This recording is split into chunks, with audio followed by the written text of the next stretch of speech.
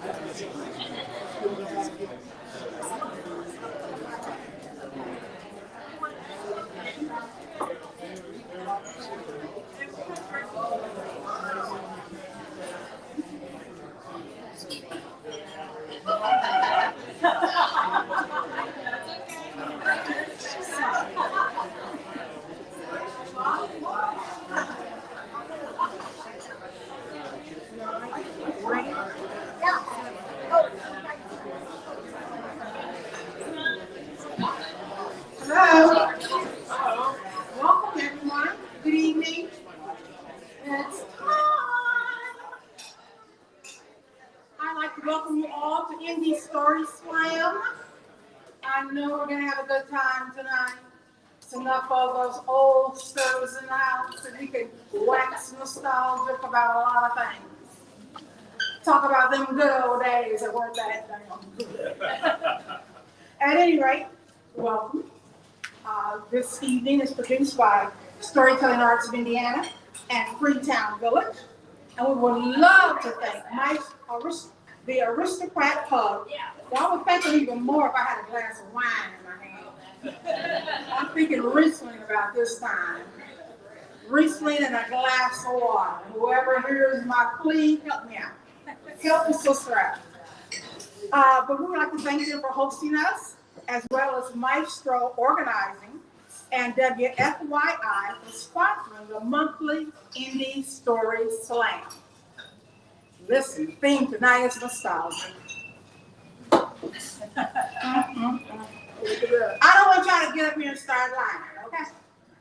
All these stories must be true. Less than 5 minutes in length, okay? And we got people judging you.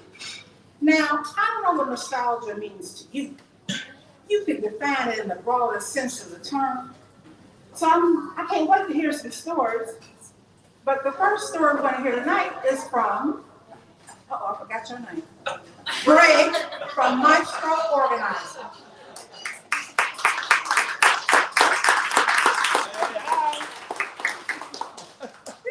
How soon we forget. How soon we forget. It's been a long summer. Hey, we're back. So glad you guys are here. I'm thrilled to always help bring this to fruition each month. And if you don't know what an organizer is, I work with nostalgia a lot. So you all have boxes and boxes and boxes of nostalgia in your home, I'm sure. I work with lots of people with their boxes in their attics and their basements and their kitchens, and we find all kinds of things that you don't want to let go because it's nostalgic. But that's my job, and I do a lot of that. But you know, tonight we're going to hear, everybody's going to open their box of nostalgia. I'm not going to take it away. I'm not going to do anything with it. We're going to all enjoy it. But if you ever need anybody to help you, I left my card on your table because I know you do. And just give me a call. I'm here to help, and I'm thrilled to be a part of this. Thank you.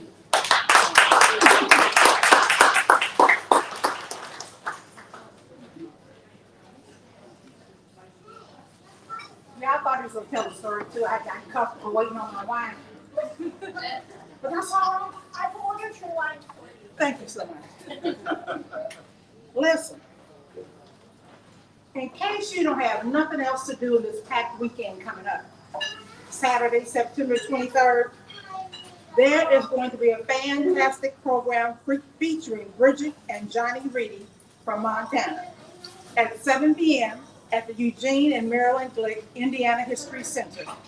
Tickets are only $20. And if you're lucky, you might get a set of tickets tonight. You never know what might happen. But now, unless you have just come for the very first time, I'd like to introduce you to Samantha Powell right back there. Hey, Samantha. Not only is she an assistant extraordinaire, she's got those blank forms for you to complete if you want to tell a story. Now, you know how this works. One good story leads to another one. Now, I myself don't really have a good nostalgic story, but I'm going to think about it along the way. But right now, I'm going to go over here to this little red basket.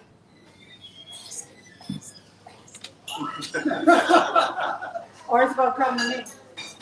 And I'm going to reach in. And I'm going to pull out the slip. And I'm going to read the person's name on this slip. Because did I tell y'all we got prizes? First, second, and third place. I don't even think they write checks no more. I think it's pure cash money. So you really want to come forward with your best story. And our first teller who's going to have a doozy of a tale, I know, is Tim Decker. Tim, come on down.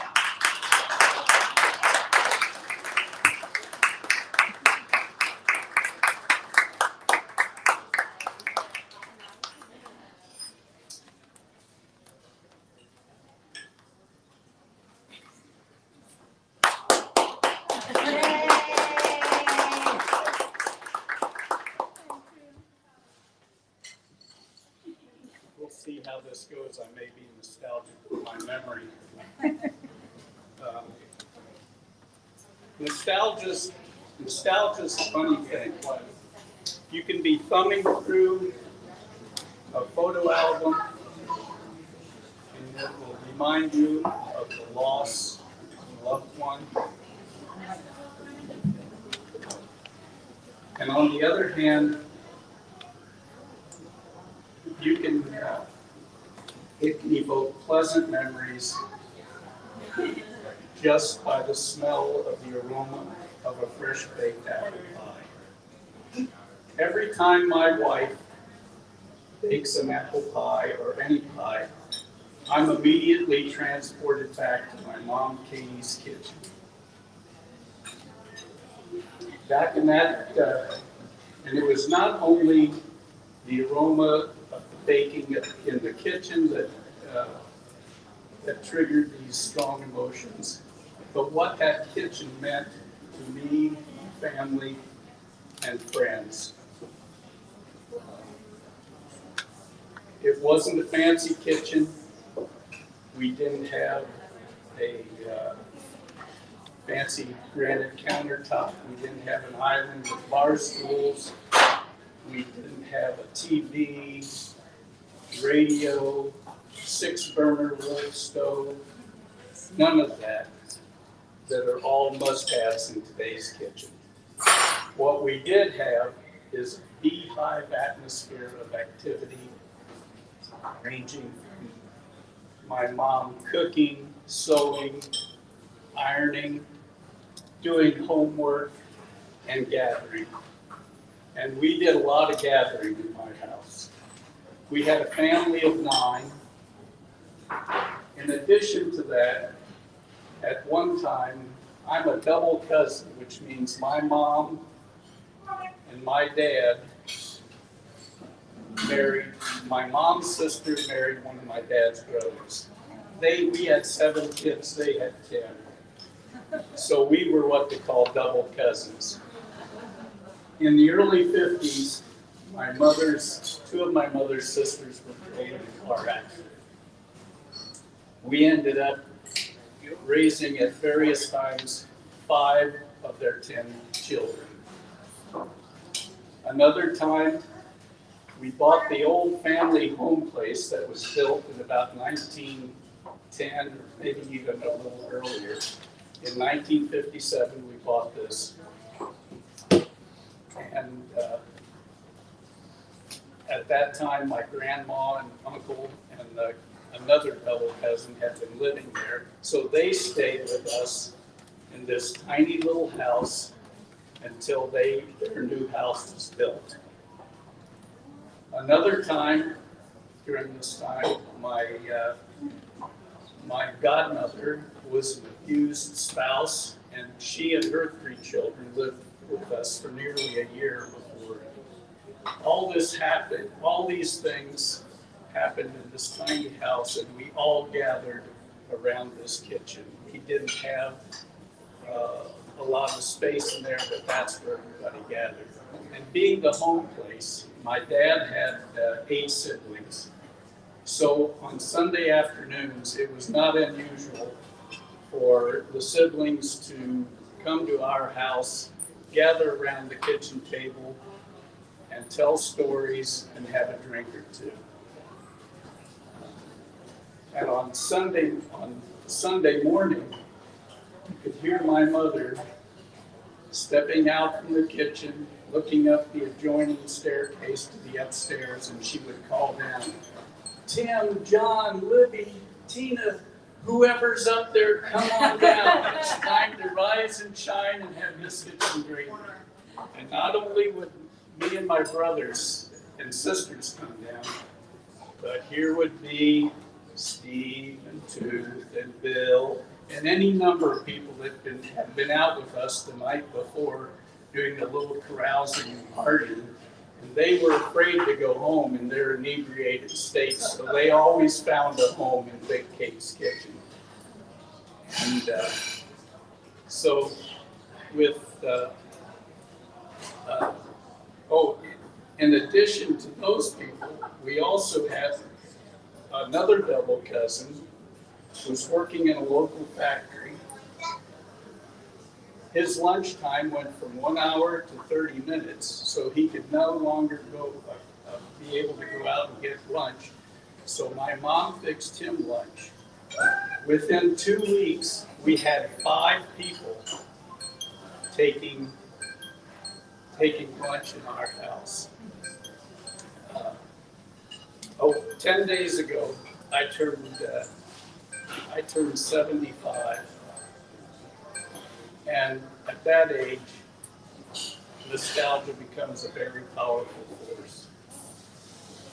And sights, sounds, smells can trigger a lot of memories, not only of special events or of happy times, but of the ordinary, mundane, everyday, run-of-the-mill life in days gone by. Thank you.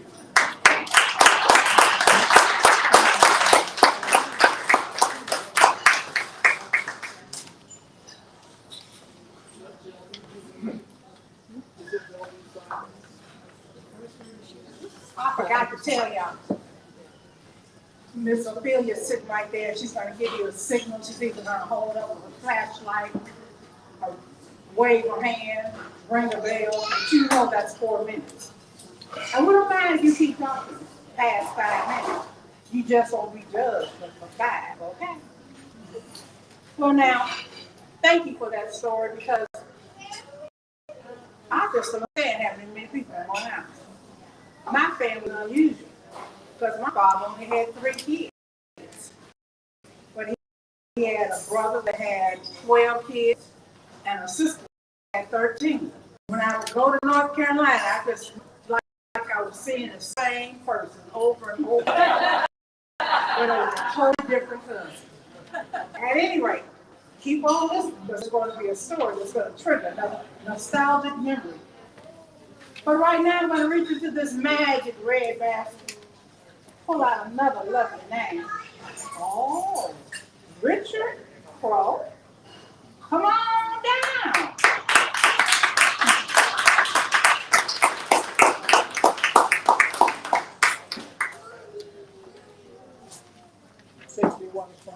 Me too. Me too. Where you going?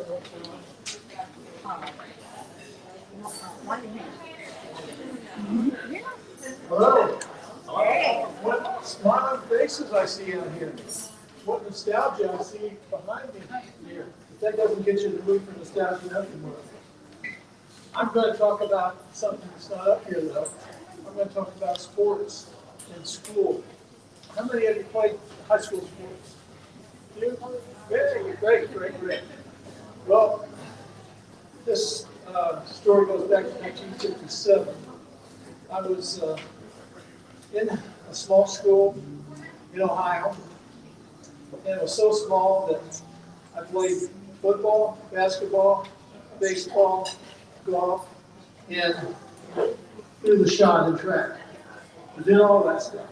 I didn't do it well, but they needed bodies, and so I got the participation award. And during that year, that 7th grade year, I played in an all-star game in our little band box, the gym, the kid we call it. And I was on fire that night. I'd taken a day, wanted to keep the score. First time that had ever happened. And I guess I got the juices going, and I was putting baskets in right and left. And I got out to the foul line as a 7th grader, and I threw a hook shot in, and it swished. Man, I was on top of the world. And I was down in Kentucky recently visiting my granddaughter. I've got 2 of them that play basketball and lots of other sports. One is 13 and one is 15. And they're both very good. I was already sent a scout down to talk to them, start a relationship, they call it. But the 15-year-old is 5 foot 10 inches tall, almost as tall as I am. And she has played travel ball since the 4th grade.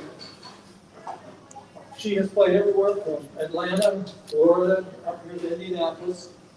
They've never lost to an Indiana team, but she played a lot of basketball. Now she's a freshman in the big schools. And so I was down there visiting a couple weeks ago, and as I was leaving, I thought, I'm going to help Kennedy be a better ball player.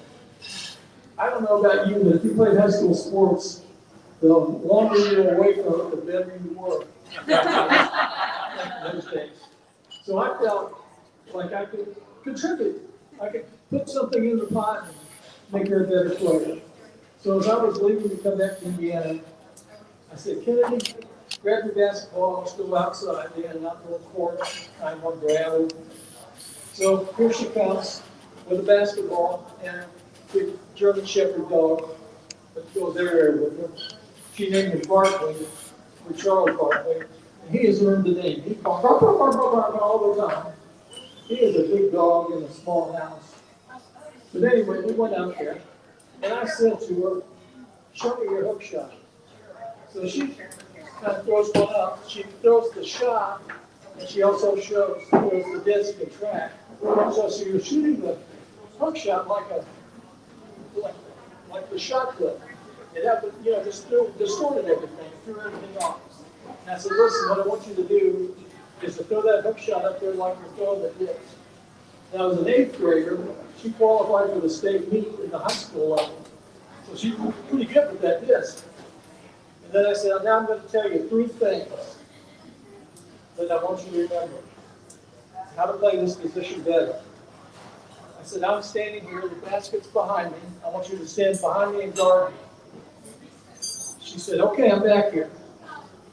And I said, now, I'm not looking at you, but I want to know where you are. So what I'm going to do is I'm going to lift my foot, and I'm going to feel for you. If you're back here, then I'm going to go this way. If you're over here, I'm going to go this way. But I'm not going to turn around and look at you. I'm just going to feel with my foot. So that's the first thing you got to remember. The second thing is, if you're over here, then what I'm going to do is I'm going to fake this way. I'm going to turn around and put a little jump shot up to the basket. And if you're over here on this side, what I'm going to do is I'm going to fake to the right, and I'm going to throw that hook shot up there. Now I'm thinking, that basket's still 10 foot tall, and I'm 79 years old. I've got arthritis in my hands, my knees are, and I'm a cancer survivor, and I'm thinking, can I even get that ball up there? I don't know. But when I did throw it up there, and she says, okay. And I said, now, Kennedy, I've showed you the best I can, and I told you 3 things to remember. What are you going to take away from today? 15-year-old looks at me and she says, Papa, what I'm going to remember from today is that you've been standing in dog poop all the time we've been talking. True story.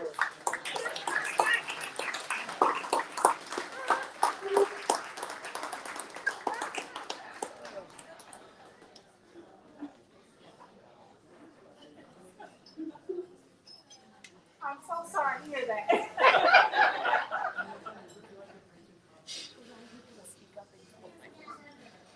Okay, I need you to speak up. You all can't be as loud as me. But we all need to hear you. So open up your mouths and project. But never mind. Let me remind you that our next story slam is on October 18th at 7 p.m. at Half Liter Barbecue. And the theme is regrets. Okay? Oh, wait a minute. I regret nothing. Okay, anyway. I'll introduce you to Samantha. So if you do want to have another slip and fill it out to tell the story, there's still plenty of time. But maybe even thinking about coming out to volunteer. Maybe you want to volunteer at the story slam. Maybe you want to volunteer at one of our other productions. Let Samantha know, and we'll add it to our list. But in the meantime, our next teller is Noel Beauty. No, come on down.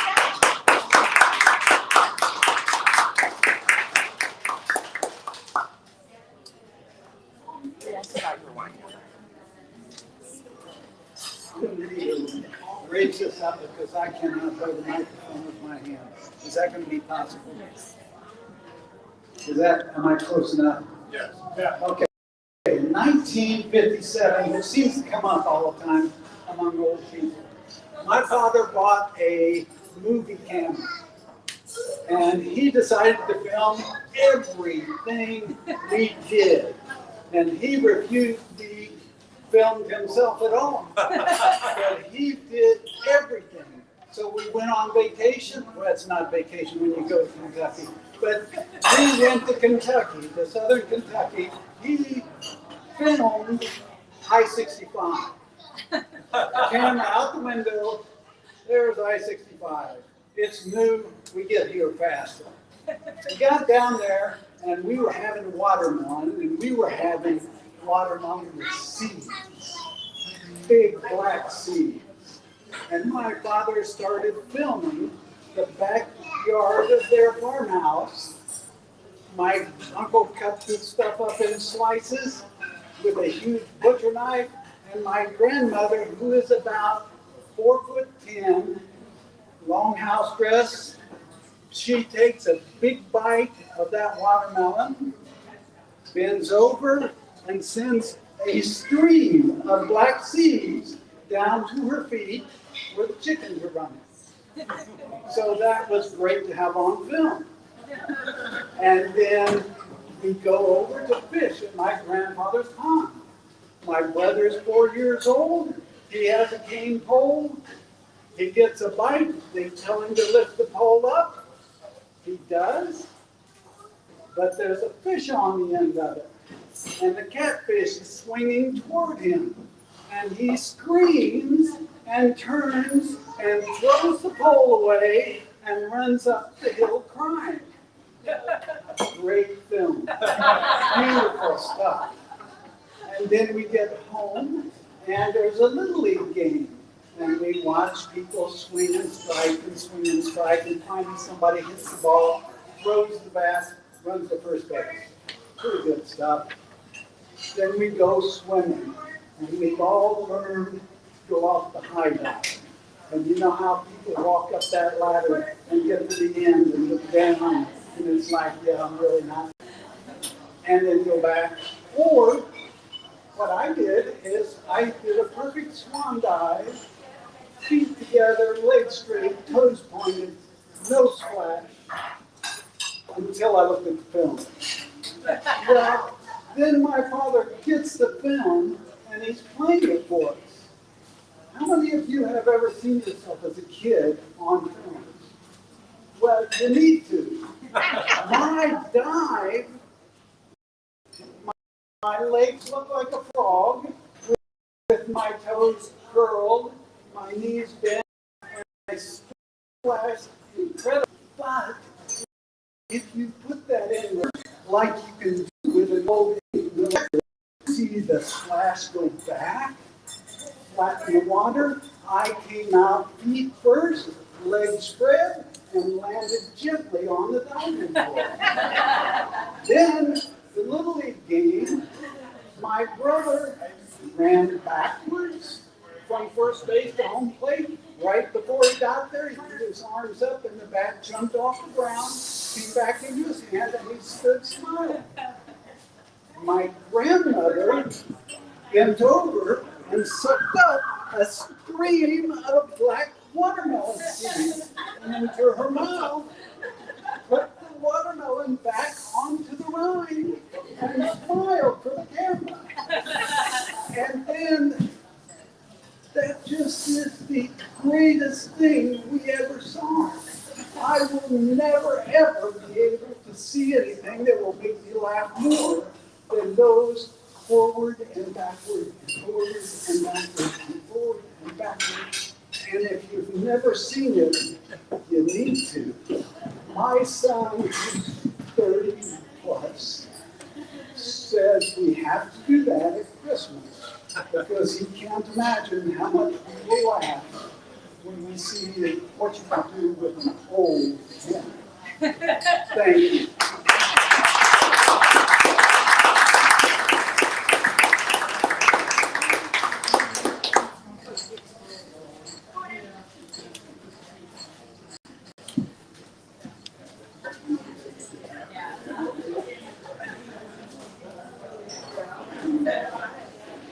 No, that's way better than the internet, okay?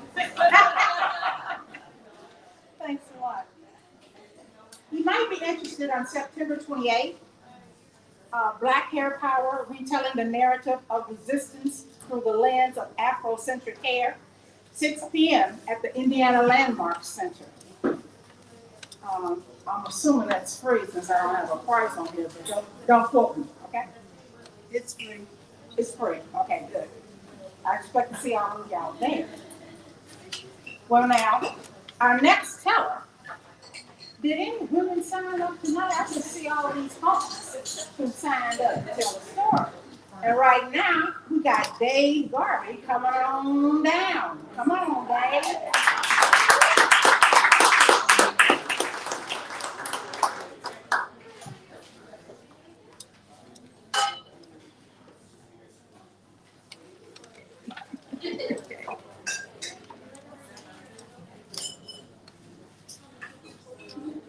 My wife tells me I always had trouble with the mic. Everybody hear me loud and clear? Okay. Good. So a lot of nostalgia revolves around high school. And I was a high school teacher, and I retired for 25 years. Something happened in high school when I was a teacher. I had a student who was a pretty tough kid. He was in trouble a lot, knifed a couple people, kind of a violent kid. I made some inroads with him, and he and I kind of saw eye to eye, and we did pretty well. He eventually got kicked out of school for some other infraction, but he snuck back into school at the end of the year to say goodbye to me. Now, to me, that was a thank you. And it made a big impression on me. And so I thought, I need to thank one of my high school teachers.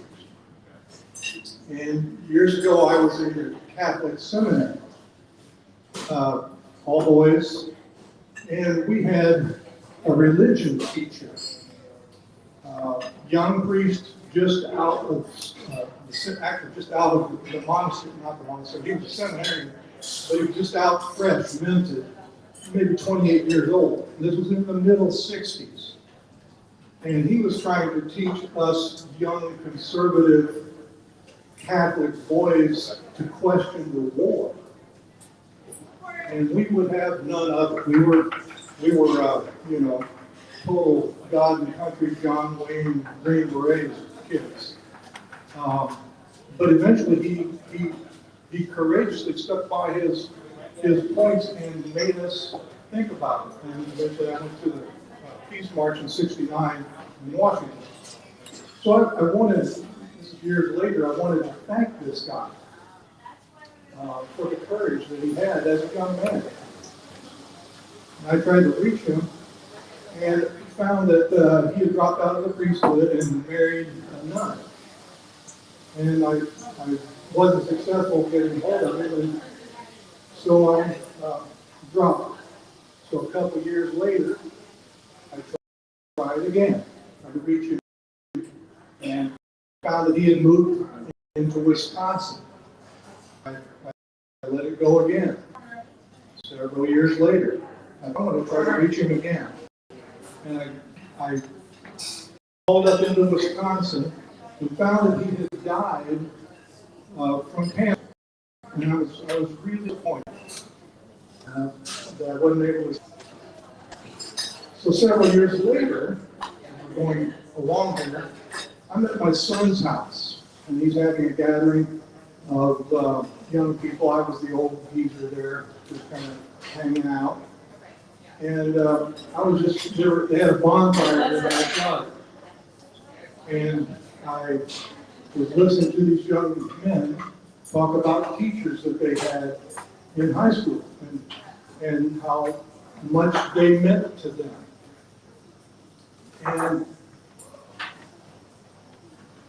I listened, and at one point I said, "Excuse me, guys, have you ever called to thank them for what they did for you?" And they said, "Well, no, we haven't." And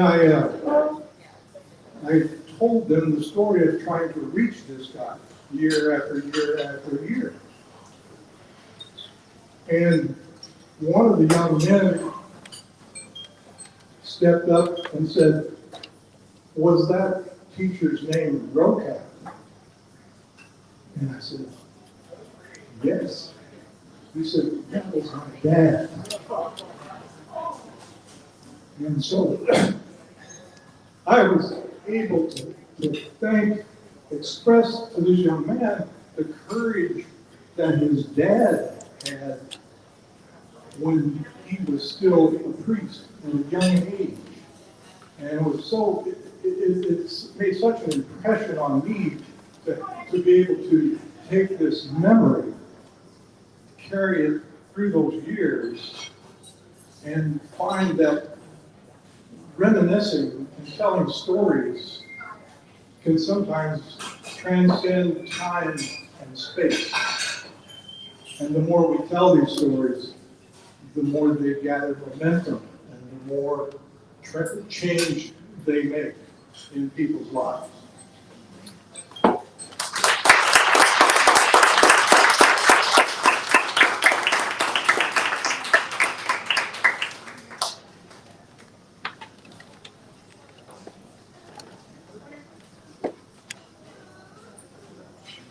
Thank you so much. That was a wonderful story. I'm about to participate in my 50th college reunion, if I make it to next summer. And we've been on a listserv talking to each other about what was your first impression, what was the first thing you did, why did you choose a school to go to? And the most recent question is, what professor made a difference to you? And people have been telling stories. And I've been learning about people I never heard of, okay? And I look at the names and I think, I never went in that building until my senior year. I don't know who taught that course. And every once in a while I'll run across my transcripts and I'll look at them and I'll say, oh, I thought I was a better student than that. So I said, you know what, I'm gonna run across my transcript again and look at the classes I did take and try to remember, because I do remember that the second semester of my freshman year, they did away with all the requirements so that you could go directly into your major and start taking classes. And I had a ball, and I would do it all over again. But right now, we gotta listen to Chap Black tell us another story about nostalgia.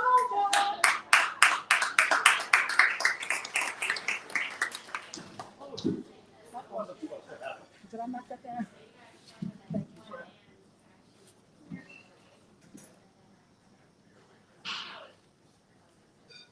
For my high school graduation, my oldest sister gave to me a writing set. And I know there are collectors of fancy pens who toss around prices that are more like I think of for cars. And the set she gave me was nothing like that. It was the basic cross set. All the department stores had them. And it was nice to look at and nice to write with. It was sold with a lifetime warranty, which sounded pretty cool. And you could get the refills everywhere, the grocery store, drugstore, newspaper stand. My sister was probably given the same kind of thing when she graduated. Our dad had a set like that. His dad was probably given a set like that. It was like this timeless gift. It wasn't extravagant, but thoughtful. Like your whole life, you're going to have things to write, and you can write them with this, and you'll remember it. Only within a few months after my sister giving me that, I was in college. And this college had a computer. Granted, it was one computer for 1,700 of us, and there were times it got really real, but I could write a paper on that thing, and I could revise without having to go back and rewrite a page from the top. And by the time I was a senior, we could use that thing to send email anywhere in the world, or anywhere that was a few big companies or another university or college. So there were still plenty of things where a person down and write, and that pen was pretty much everywhere in those days. In fact, if that pen could tell stories, you might want it up here instead of me. I would just be in the other room pretending I just walked in. But these days, it's mostly in my desk drawer. It's not completely out to pasture. Every month, there's probably going to be 1 or 2 times I have some reason to take it out. It's still nice to look at and nice to write with, and I remember the stories. A year ago, it went dry. And I reached in that drawer for another refill, and I came up empty. That was my last one. I didn't think much about that. They were always easy to find. And the next time I was out, I stopped at the Staples, and I found the right aisle, and I found the right peg, and there was a card on the peg that said, ask at the counter, so I did that. And the cashier took the number off the card and put it in the computer and said, we can't get those. And so I drove around a lot more than I foresaw when I left the house, and the answer was the same everywhere. And I started thinking, has this pen just crossed that final threshold to that stage of nostalgic keepsake, where Greg Gilpin is going to say, you still have this thing for the memories, though it is of no earthly use anymore. And I badly wanted that not to happen, badly enough to sit down and scour the internet until I found a stationery boutique in Chicago that could order those refills and put them into the mail to me when they came. And as I was going to the trouble anyway, I just ordered enough refills that, barring stunning advances in medicine, I will not need to order more. And so the pen writes again. It has not crossed that final threshold, but only the one right next to it, the one where you're ready to go to crazy lengths to say, no, look, it still works, it's not useless, I can get those refills, even if it means ending up on the mailing list of a stationery boutique in Chicago and putting up with regular ads for pens that cost things like a cards. And I think what I'm most nostalgic for is the whole idea that you can think of a gift to give someone that's going to be of practical use to that person like 5 years from now, let alone like 40 or 50. I don't even know what that would be anymore. Thank you, sir.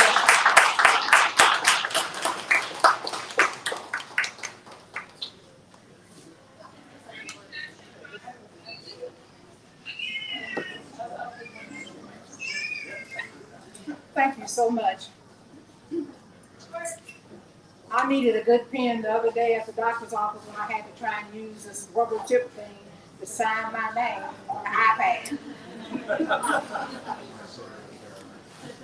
She was amazed at my skill. She commented how no one that day had written their signature as well. So thank you. Now, you might want to pick up one of these cards right here on this post.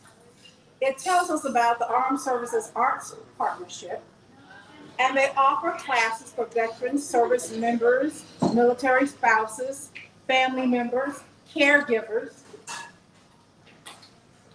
in acting, comedy, writing, improv, storytelling, and visual arts. If you want to know more about it, pick up a card on your way out.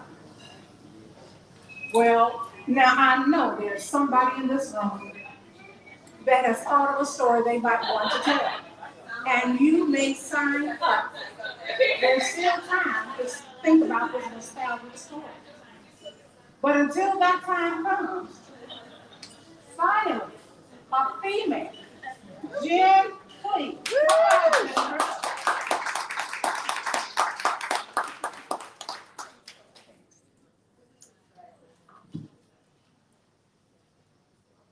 Being a mother of young children is a constant battle against nostalgia. I remember when my 2 boys were babies, older moms with grown children would come up to me and say things like, cherish every moment. It goes by so quickly. I remember one time specifically, I was coming out of church and this woman came up to me and like some unsolicited prophetess pointed at me and said, you will look back and remember these as the best days of your life. And I got into my car and I started crying because I hadn't showered in a week. One of my boys wouldn't let me sleep more than 45 minutes at a time, and the other one bit me every time he was angry. And I thought, if these are the best days of my life, the future looks grim.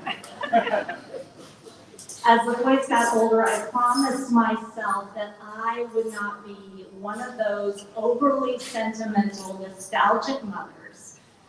Every day is a battle against nostalgia, and I've had to be ruthless.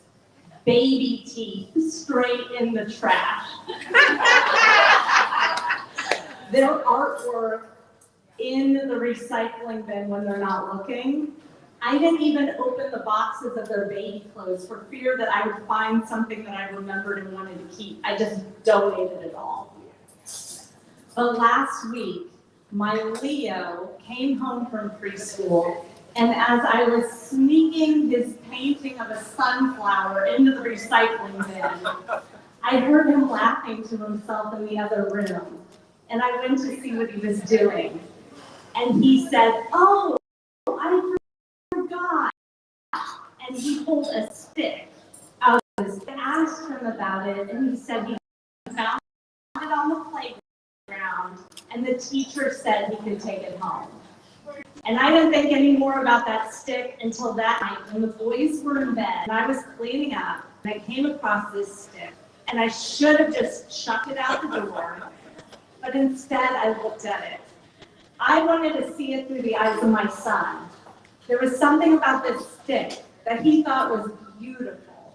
So beautiful that he would beg his teacher to take it home. So I sat down to study it. It was about 3 inches long, 1/2 inch wide. It had a slight curve to it. Half the bark was missing. There were these tiny insect holes in this intricate pattern where there had been mold or moss. It's very lightweight and old. It was really just the perfect stick.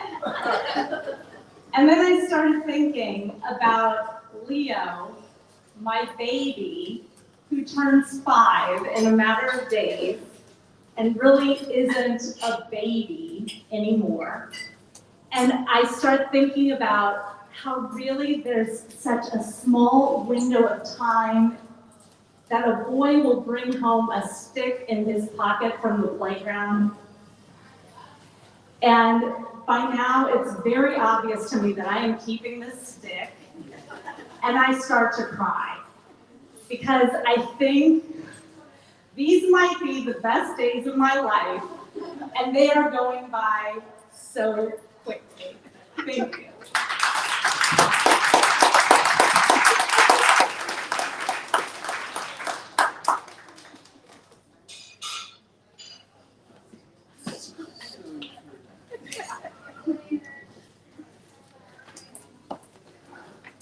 I want you to save that stick for me for a graduation present.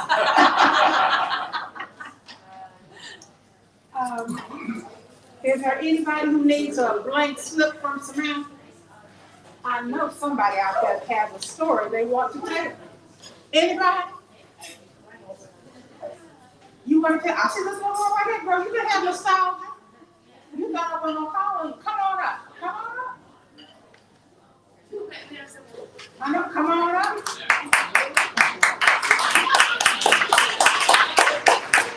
You and Francis right now coming on down.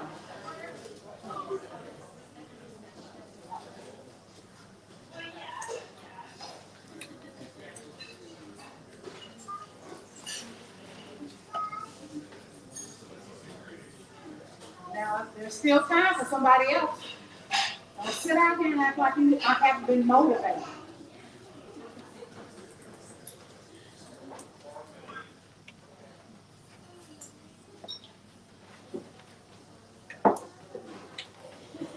Thank you, Francis.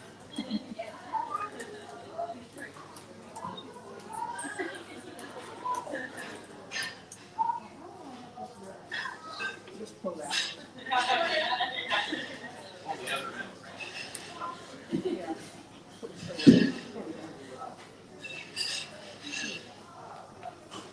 Never been. I go to Martinsville, Virginia, not Martinsville, Indiana. My family lived there. Mama, Daddy, my younger sister Julia, and my younger brother Bob. Grandmama and Granddaddy. Put your mic up. You want me to start over? Randy, hold it this way. Hold it this way. I grew up in Martinsville, Virginia, with my family. My grandparents, maternal grandparents, also lived in Martinsville, about a mile away from us. We used to go out to her mama and granddaddy's house and visit with them some. Granddaddy loved to cook, especially charcoal. He would charcoal pork chops and some types of fish, and especially steaks. He loved to charcoal steaks. It was easy for him to do that in the summer and in the fall, but he still charcoal steaks and other things in the wintertime. He would get up and put on his coat and his hat, and he would go out to the porch. He was very precise about this because he had these little signs that said rare, medium, medium well, and well done. And he would place these little signs on whatever he was charcoal. When they were ready, he would bring them in, and Grandma Cat had made some string beans for us and some mashed potatoes and sliced some tomatoes for us. And we had a good dinner. And after that, we would go sit in the living room, and my Mama and Granddaddy and Mama and Daddy would talk. Julia and I would sit on the love seat, and Bob would sit on the floor and play with some toys that he would brought along. After a while, I would get up and I would go look at what Grandmama had in the things that she kept by the counter. She had some pictures of herself when she was younger, and she had red hair. I knew her only when her hair was white, because her hair turned white when she was very young, and in those days, no respectable woman dyed her hair. So it was always white. When the evening was over, Mama and Daddy said, it's time for us to go home, and we would go out to the car, and Granddaddy would come and sit, Granddaddy would come and stand on the front porch, and he would wave to us, and he would call to us, bye night, and we would wave back. There were some other times when just Julia and I would go out to their house in the afternoon. I was a preteen. Julia was in elementary school, and Granddaddy would fix for each of us a glass of ginger ale. Oh, I love ginger ale. I still love ginger ale today. It was great. Grandmama was an excellent person at raising flowers, and she had some beautiful flowers, daffodils, and in the front yard she had planted some boxwood and some azaleas, and they just looked so pretty when they were blooming. Sometimes Rick and I, my husband Rick, and I go back to Martinsville. Grandmama and Granddaddy and Mama and Daddy are no longer with us, but we still go there, and we sometimes drive by our old house on Thomas Heights, where Julie, Bob, and I grew up. And we also drive by Grandmama and Granddaddy's house on Sheraton Court.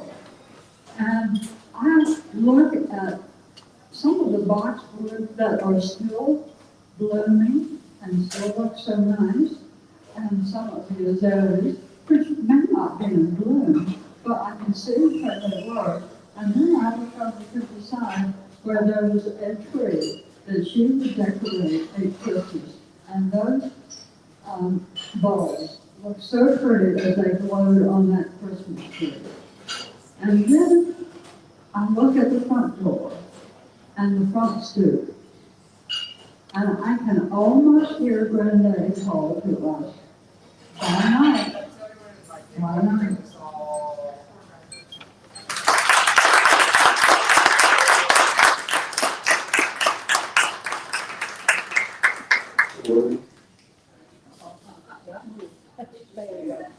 Thank you, Francis. That reminds me of my mother's garden. My mother had told my father one day to go and dig up a plot. And she made just a little place to grow some tomatoes, beans, peppers, greens.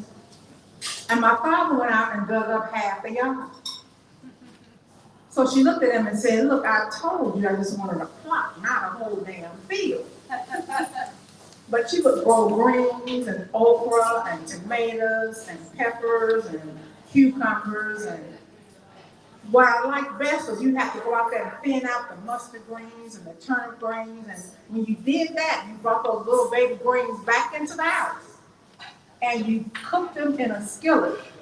And they were the best dish you ever wanted to eat, unscheduled.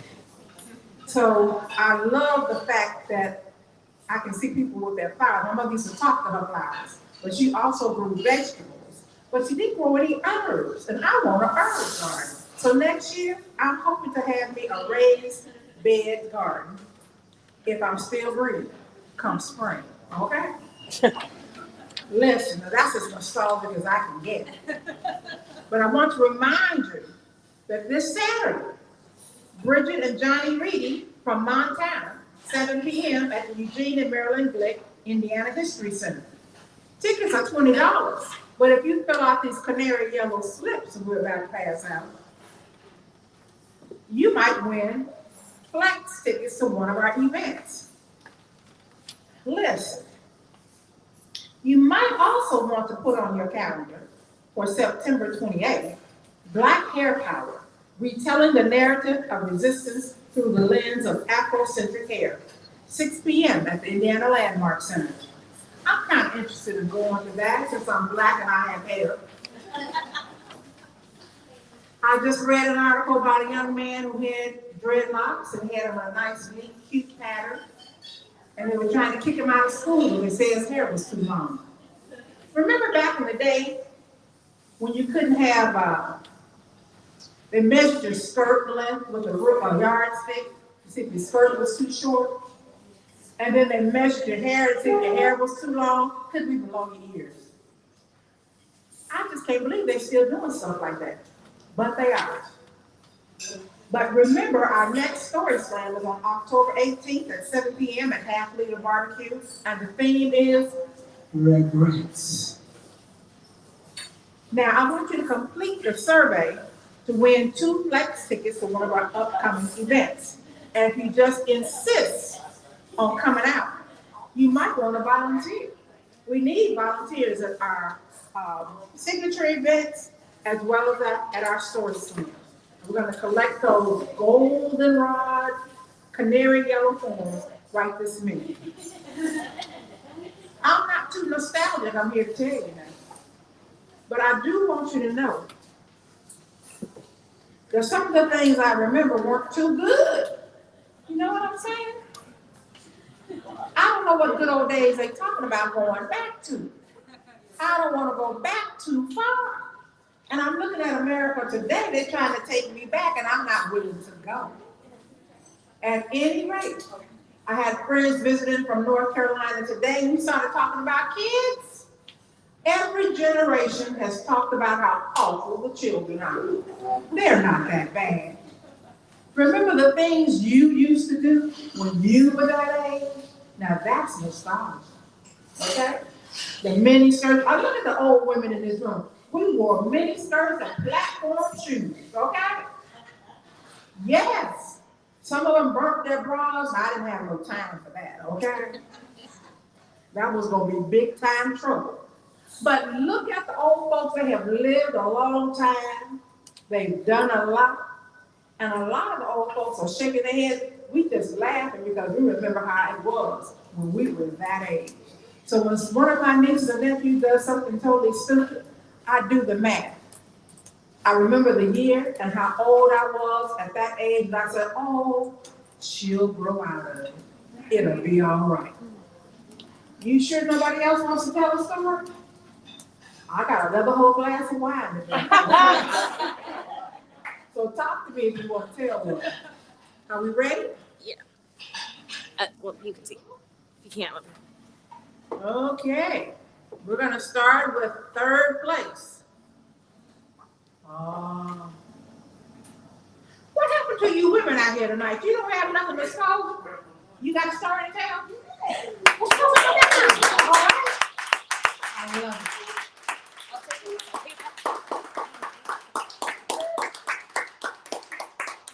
Tell us your name. Michelle, Hi, Michelle. Nice to meet you. nice to meet you all. I wasn't planning on telling the story, so it's not very well rehearsed. I'll look for signs if you can hear me. So, since the theme is nostalgia, in 2016, I lost my grandfather. He and my grandmother were about to celebrate their 60th wedding anniversary. It was very sad. And the family all talked about what we were going to do to support my grandmother. So we had this great idea, and we hosted my grandmother to come do what she did best, which was bake pie. I had just moved into a new house, and we baked pie all day long. After I got her some whiskey, because my grandma also really likes to drink whiskey. All right. After she told me that Crown Royal was a little fancy for her style, my sister had to leave and buy her some Canadian Windsor. My ex-husband's laughing because this is a true story. So we bake pies all day. We tell stories. She talks about how sad she was that, you know, they didn't make their 60th wedding anniversary. And she talks to my kids. She talks about how she was born in 1929 and all the things she'd seen. And it was just a really great day of bonding, making pie. We took pies to all of our neighbors. And then we sit out at the end of the day around the fireplace outside. And all of a sudden, I look at my grandma and I say, Grandma, wait a second. It's 2016. And you were just telling everyone that you were born in 1929. I see some of y'all are doing the math. And my grandma says, didn't your dad ever tell you? I married your grandpa at 16. And told this beautiful story in front of everyone. That my grandfather, who at the time was 18, worked in our my great-grandpa owned a body shop. And he and my great-grandfather got into an argument. And it was a heated argument, and my grandfather left. He was asked to leave. And my very sassy, apparently, 16-year-old grandmother left, talked with him, and they made plans that they were going to marry, and he was going to go join the war effort. No one knew. For multiple years they were married. He was overseas. She was home in my small town in Indiana. And it wasn't until he came back from the war that they had gotten married. And in terms of nostalgia, I never knew this great story that they got married at 16 and 18 and made it all those years completely in love. And I only got to learn it after he was gone.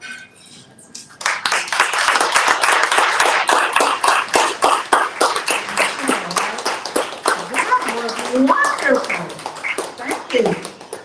Listen, my grandma used to always say, what's done in the dark will come to the light. I love that story. That's wonderful. Listen, anybody else? I got another whole glass of wine to drink. I'm trying to tell you now. I was blessed with 2 glasses. I'm going to drink both of them. Listen, I love hearing stories, and I love hearing stories about how couples met. And that's a wonderful story. So, your great-grandfather didn't know nothing about what I love it. I used to talk about my Uncle Cliff. Grew up in Canton, Mississippi. And one time we were driving from Indiana to Mississippi, and he started telling about how he would go courting. Now, the lady he was courting happened to be a married woman, but her husband would come home and dress and go to town on a Saturday night. And my uncle would be hid in the cornfield And the wife would come and meet him in the field. And that's where their dalliance would take place. And I would say, oh my goodness. He said, well, baby, there weren't no hotels and motels people could go to back in them days. So I learned a lot listening to the old folks, okay? Listen, I don't know if we're done or not. Anybody else? Now, I could talk till the cows come home, but my grandma used to say, girl, go to bed, get some sleep, we'll talk some more tomorrow. So maybe we'll have that drawing for our free tickets. So we're gonna collect those right now.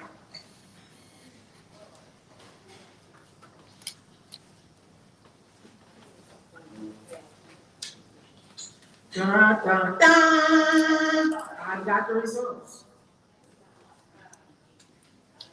And we are going to take pictures at the end, so we want all our winners to come to the stage so we can take your pictures.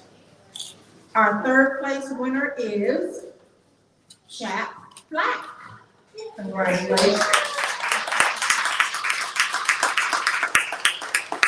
Our second place winner is Michelle.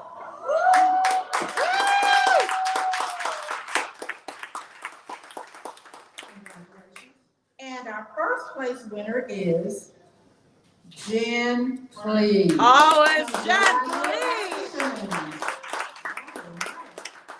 Well, we're gonna pass out the big bucks in a minute. I can't remember the dollar amounts. First place is 50 bucks. Second place is 25. And third place is 10.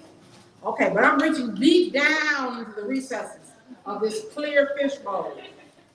Deep down, I'm mixing them all up. So if you were the last one to put yours in, it don't matter. Because I'm pulling one out right now. And don't forget to take one of Maestro organizing card, because I'm going to need to call it next week, mind you. All right, the winner of Flex tickets, Lauren Palmer. You are the winner. Where's Lauren? I got the tickets right here. Lauren, congratulations. Okay. Well, listen, I've had a good time. I hope you have too. Would you come on up now and let's take your picture? Come up on the stage, we'll take your picture. We'll give you your prizes. And we will not tell Uncle Sam, okay? Just in case. Listen, I hope to see everyone October 18th at Half Liter. And the story prompt is regrets. What up? Well, now you're going to fight SpongeBob. Yeah. I'll come back. You're official. You're legit. Let's have a switch the flash. But I still got one. She's sitting in one too. I'll pay for it at the end. Okay. All right. Let's see the flash. Just right here. What do I?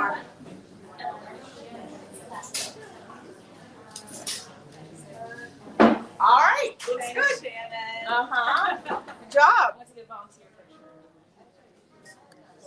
Now remember, if you're interested in volunteering, I'd like to thank our timekeepers, our scorekeepers, our judges, and we'd like to thank our audience for coming out tonight.